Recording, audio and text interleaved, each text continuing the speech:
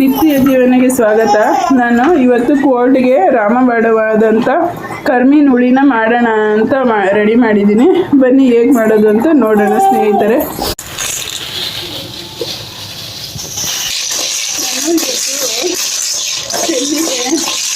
ಒಳ್ಳೆ ಹುಳಿ ಮಾಡ್ತಾ ಇದ್ದೀನಿ ಸ್ನೇಹಿತರೆ. ಇದಕ್ಕೆ ಅವರೆಕಾಳು ಮತ್ತು ಮೇಯ್ನ್ ಆಗಿರೋದನ್ನ ಲಾಸ್ಟಲ್ಲಿ ತೋರಿಸ್ತೀನಿ ನಾನು. 1-3 ಇನ್ಕು ಬೆಳ್ಳುಳ್ಳಿ, 1 ಟೊಮೊಟೊ ಮತ್ತು ಈರುಳ್ಳಿ, 5 ಸಣ್ಣ ಈರುಳ್ಳಿನ ನಾನು ಇದು ಮಾಡಿಬಿಟ್ಟು ಕಟ್ ಮಾಡ್ಕೊಂಡು ಜಜ್ಜಿದ್ದೀನಿ. ಸ್ವಲ್ಪ ಹುಣಸೆಹಣ್ಣು, ಸಾಂಬಾರು ಪುಡಿ, ಆಲೂಗಡ್ಡೆ. ನನ್ನ ಫ್ರೆಂಡ್ ತಗೊಂಡಿದ್ಲು ಬದನೆಕಾಯಿ, ತುಂಬ ಚೆನ್ನಾಗಿತ್ತು. ಹೇಗಿದೆಯೇನೋ ಅಂತ ಅಂದ್ಬಿಟ್ಟು ನನಗೂ ಬೇಕು ಅಂದೆ. 1-2 ತಗೊಳ್ಳೋ ಇದರಲ್ಲಿ ಅಂತ ಕೊಟ್ಟರು. ತುಂಬ ಚೆನ್ನಾಗಿದೆ. ನಾವು ಒಳ್ಳೆ ಜೊತೆ ಹೋಗ್ತೀವಿ. ಆಗಿದೆ ಇವಾಗ. ಜಾಸ್ತಿ ಇರಬಾರ್ದು ಮತ್ತು ಹಸಿಯಾಗೂ ಇರಬಾರ್ದು, ಆ ಥರ ಮಾಡ್ಕೋಬೇಕು. ಇವಾಗ ಆಗಿದೆ. ನಾನು ಆಯಿಲ್ ಸ್ವಲ್ಪ ಹಾಕಿದ್ದೀನಿ, ಸಾಕು. ಎಣ್ಣೆ ಕಾಯ್ದಿದೆ. 4 ಇನ್ಕು ಬೆಳ್ಳುಳ್ಳಿ ಹಾಕೋಣ. ಈರುಳ್ಳಿ ಹಾಕೊಳ್ತಾ ಇದ್ದೀನಿ. ನಾನು ಇದರಲ್ಲಿ ತೆಂಗಿನಕಾಯಿ ಮತ್ತು ಇದನ್ನೆಲ್ಲ ನಾನು ರುಬ್ತಾ ಇಲ್ಲ. ತೆಂಗಿನಕಾಯಿ ಹಾಕಿದ್ರೆ ಆದಷ್ಟು ಕೋಲ್ಡ್ ಕಮ್ಮಿ ಆಗಲ್ಲ, ಅದಕ್ಕೆ ನಾನು ತೆಂಗಿನಕಾಯಿ ಇನ್ನೂ ಹಾಕ್ತಾ ಇಲ್ಲ. ಹಾಗೆ ಡೈರೆಕ್ಟಾಗಿ ಒಂದು ಟೊಮೊಟೊ ಬೇಕಿದ್ರೆ ಹಾಕೋಬೋದು, ಇಲ್ಲಾಂದರೆ ಇದು ಮಾಡ್ಕೋಬೋದು.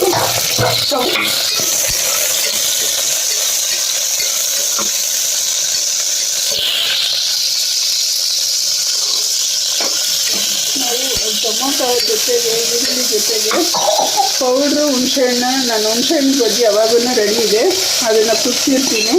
ಸಾಂಬಾರು ಪುಡಿ ಮಾತ್ರ ಈ ಒಗ್ಗರಣೆನಲ್ಲಿ ಮಾಡಿದ್ರೆ ಟೇಸ್ಟೇ ಬೇರೆ ಬರುತ್ತೆ. ಹಾಗಾಗಿ ನಾನು ಸಾಂಬಾರು ಪುಡಿ ಇದು ಮನೆಯಲ್ಲಿ ಮಾಡಿರುವಂಥದ್ದು, ಬೇಳೆ ಸಾಂಬಾರಿಗೆಲ್ಲ ಹಾಕುವಂಥ ಪೌಡರ್ ಇದು. ನೀರು ಹಾಕೊಳ್ಳೋಣ. ನಿಮಗೆ ಎಷ್ಟು ತೆಳ್ಳಗೆ ಬೇಕೋ ಅಷ್ಟು ತೆಳ್ಳಗೇನೆ ಮಾಡ್ಕೊಳ್ಳಿ. ಇದು ಬೇರೆ ಟೈಮು ಗೊಜ್ಜು ಥರ ಮಾಡಿದ್ರೆ ಚೆನ್ನಾಗಿರುತ್ತೆ. ಇವಾಗ ಕೋಲ್ಡ್ ಟೈಮಲ್ಲಿ ನಾವು ಸ್ವಲ್ಪ ಇದಾಗಿ ತೆಳ್ಳಗೇನೆ ಮಾಡ್ಕೋಬೇಕು. ಇದು ಬೆಂದಾಗ ಸ್ವಲ್ಪ ಗಟ್ಟಿ ಆಗುತ್ತೆ. ನಾನಿವಾಗ ಅವರೆಕಾಳು, ಬದನೆಕಾಯಿ, ಆಲೂಗಡ್ಡೆ ಎಲ್ಲ ತೊಳೆದಾಕ್ತೀನಿ. ಅವರೆಕಾಳು ತೊಳೆದಾಕ್ತಾ ಇದ್ದೀನಿ.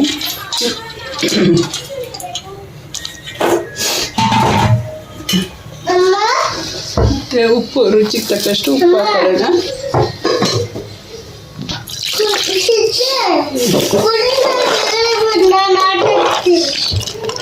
ಮಲ್ಲದಿನಿ ಬದನೆಕಾಯಿ ನೋಡು ಸಾಂಬಾರು ಆಗ್ತಾ ಇದೆ ನೋಡಿ. ಎಲ್ಲ ಒಂದ್ಸತಿ ಮಿಕ್ಸ್ ಮಾಡಿಬಿಟ್ಟು ಇವಾಗ ಕುಕ್ಕರಲ್ಲಿ 2 ಕೂಗಿಸ್ಕೊಳ್ಳೋಣ.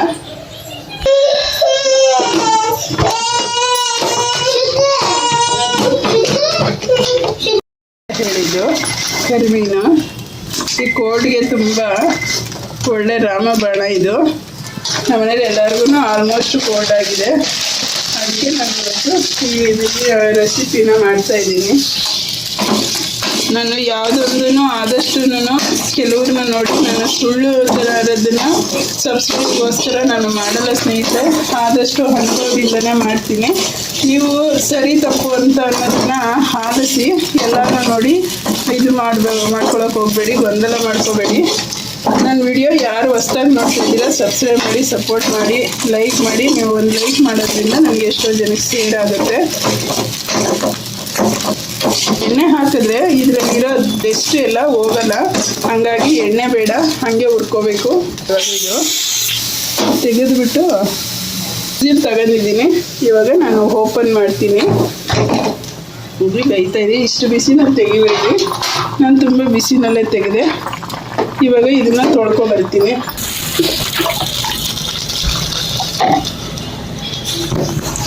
ಕೆಲವೊಂದೊಂದು ಕಲ್ಲಲ್ಲಿ ಒಣಗಿಸಿರ್ತಾರಲ್ಲ, ಹಾಗಾಗಿ ತುಂಬ ಕಲ್ಲುಗಳು ಎಲ್ಲ ಇರುತ್ತೆ. ಅದಕ್ಕೆ ಒಂದು 2-3 ಸರಿ ತೊಳ್ಕೊಬೇಕು. ತೊಳೆದ್ಬಿಟ್ಟು ಹಾಕ್ತಾಯಿದ್ದೀನಿ. ಇದೇನು ಜಾಸ್ತಿ ಹೊತ್ತು ಬೇಯೋ ಹಾಗಿಲ್ಲ ಸ್ನೇಹಿತರೆ, ಒಂದು 2 ನಿಮಿಷ ಬೆಂದರೆ ಸಾಕು.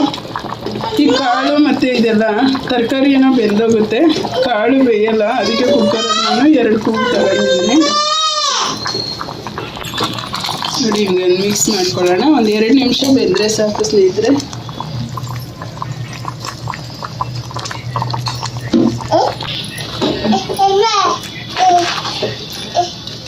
ಸ್ವಲ್ಪ ಆದಷ್ಟು ತೆಳ್ಳಗೆ ಮಾಡಿದ್ದೀನಿ ನೋಡಿ. ಆಗಿದೆ ಇವಾಗ. ಸ್ವಲ್ಪ ಕೊತ್ತಂಬರಿ ಸೊಪ್ಪು ಹಾಕ್ಕೊಳ್ತೀನಿ, ಸ್ಮೆಲ್ಲಿಗೋಸ್ಕರ ಅಷ್ಟೇ ಹಾಕ್ತೀನಿ. ತುಂಬ ಅಕ್ಕಪಕ್ಕ ಇದ್ದಿದ್ರೆ ಇದ್ರ ಸ್ಮೆಲ್ಲು ವಾಸನೆ ಗೊತ್ತಾಗ್ತಾ ಇತ್ತು.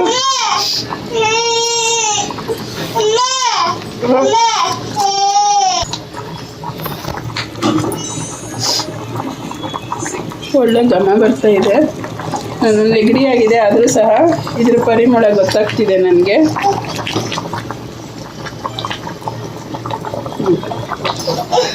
ನೆಗಡಿಗೆ ರಾಮಬಾಣವಾದಂಥ ರುಚಿಕರವಾದ ಕರಿಮೀನು ಸಾಂಬಾರು ಮಾಡಿ ತೋರಿಸಿದ್ದೀನಿ ಸ್ನೇಹಿತರೆ. ಈ ಕೋಲ್ಡ್ ಕಾಲಕ್ಕೆ ಅಂಥದಕ್ಕೆ ತುಂಬಾ ಚೆನ್ನಾಗಿರುತ್ತೆ. ಮಾಡಿ ಸ್ನೇಹಿತರೆ ನೀವು. ನನ್ನ ವಿಡಿಯೋ ನೋಡಿದ್ದಕ್ಕೆ ಧನ್ಯವಾದಗಳು.